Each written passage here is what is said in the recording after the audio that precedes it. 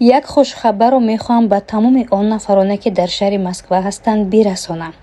نفرانی که از بیماری‌های ستون مهره، استرخاندروز، گریژه، پرتروزیا، سکلروز اذیت میکشیدند، اکنون این مشکلی شما را دکتر بختیار یعنی کاستپراف حل میکند.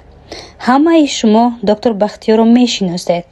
چند سال بود در شهر مسکو به بیماران کمک میکرد.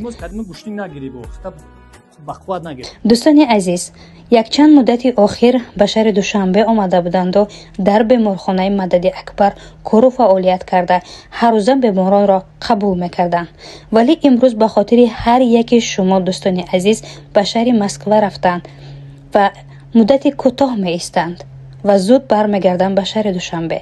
کسانی که از چنین بیماری ها اذیت میکشند، مرحمت، سراغهشان، رقم واتساپشان نویسید